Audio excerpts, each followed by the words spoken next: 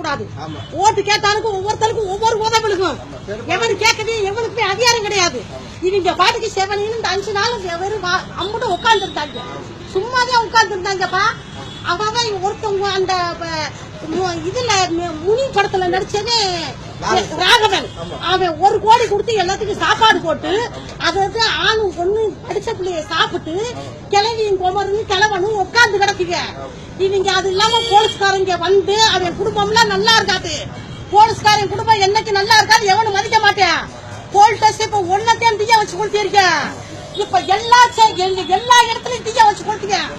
அந்த தீய வச்சு கொடுத்துட்டு போலீஸ்காரங்க தூக்கி தூக்கி உள்ளுக்குள்ள போட்டு எரிக்கணும், அவளை எரிச்சிட்டு மத்த வேலை பார்க்கணும். இதெல்லாம் நல்லதா? ஆனா இந்த பாலிங்க மேல இந்த படிக்கிறவங்க மேல இவங்க மேல எந்த ஒரு தப்பும் கிடையாது. இவங்க ரொம்ப நல்லவங்க. சின்ன பயல்களா இருந்தாலும் 20, 25, 30 வயசுக்குள்ள இருந்தா கூட ரொம்ப கண்ணியமா கரெக்டா அந்த இன்ஸ்பெக்டர் கையெடுத்து கும்பிடுறாங்க.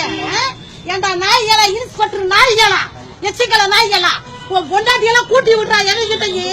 ஏன்டா இளைஞர்களை அடிக்கிற? வருங்காலத்து இளைஞர் நீ சாகா தேவையா பையன், நீ சாகக்கூடிய வேண்டாம். இளைஞர் சாக கூடாது, இந்த ஊர்ல இருந்து வாழணும், தமிழ்நாட்டுல வாழணும்.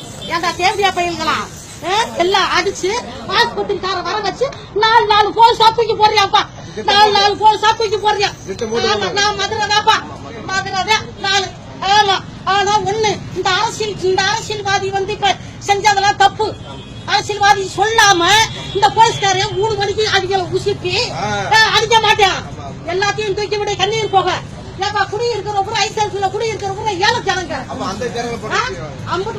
ஓட்டுல பள்ளி கிடக்கிற ஜனங்க கண்ணீர் பொய்ய போட்டு அம்பிட்டு நீர் காய்ச்சிக்க. இதெல்லாம் பாவம் இல்லையா?